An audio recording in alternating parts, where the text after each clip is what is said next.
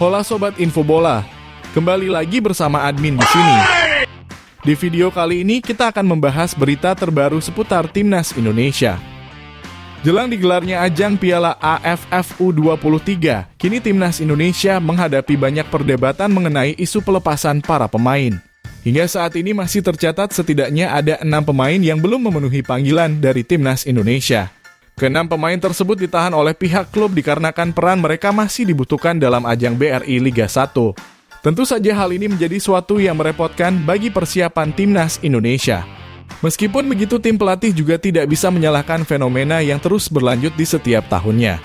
Bahkan Coach Sintayong sendiri meminta untuk tahun depan, turnamen Piala AFF U23 tidak lagi diadakan.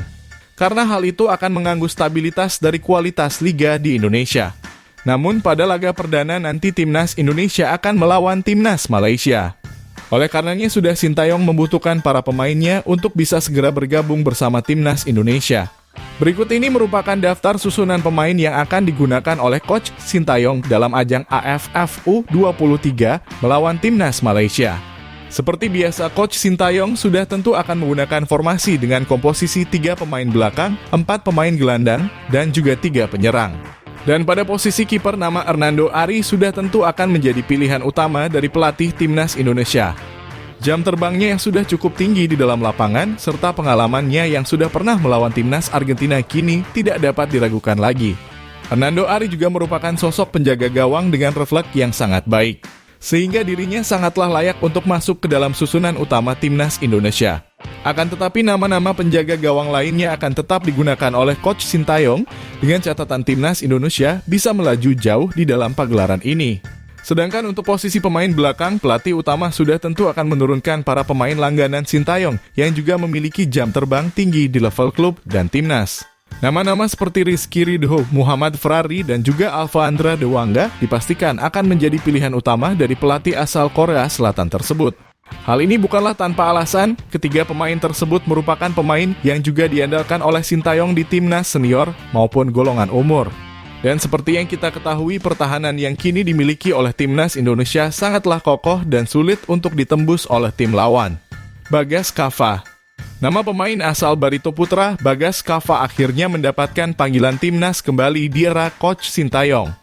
Sudah tentu ini akan menjadi momen pertama bagi dirinya merasakan pelatihan keras dari pelatih yang telah memulangkan Timnas Jerman di ajang Piala Dunia. Bagas Kava dinilai menjadi sosok yang sangat penting untuk bisa berada di sisi kanan pertahanan. Peranannya yang sangat dominan di ajang SEA Games yang lalu membuatnya kini mendapatkan kesempatan untuk bisa kembali membela Timnas Indonesia. Selain itu, penampilannya yang baik di level klub juga menjadi nilai tambah yang membuatnya bisa tembus ke dalam skuad utama racikan Coach Sintayong. Frankie Misah. Nama pemain asal Persija Jakarta yang saat ini dipinjamkan ke Persikabo Bogor akhirnya kembali mendapatkan panggilan Timnas Indonesia. Setelah sebelumnya dirinya gagal memperkuat Timnas Indonesia di ajang Piala Dunia U20 yang lalu. Frankie Misah yang berperan sebagai lini pertahan sayap sudah tentu akan menjadi pilihan utama dari Coach Sintayong. Jam terbangnya yang cukup tinggi di level klub menjadi nilai tambah bagi pemain muda yang satu ini. Sekaligus dirinya juga menjadi salah satu investasi jangka panjang yang dimiliki oleh Timnas Indonesia. Komang Teguh. Nama Komang Teguh nampaknya dapat menjadi opsi paling pas untuk menggantikan Ivar Jenner di lini tengah lapangan. Hal itu tak lepas dari performanya yang sangat menjanjikan pada saat Timnas Indonesia berhasil menjuarai ajang SEA Games di Kamboja pada awal tahun lalu. Selain itu, kemampuannya dalam mengatur tempo permainan serta dirinya yang sering kali maju membantu penyerangan menjadi nilai tambah bagi dirinya untuk menjadi opsi utama dari Coach Sintayong. Akan tetapi kini dirinya harus lebih baik lagi dalam mengatur emosi di dalam pertandingan. Emosinya yang sering kali meledak justru memberikan kerugian bagi kualitas permainan dari Timnas Indonesia. Beckham Putra.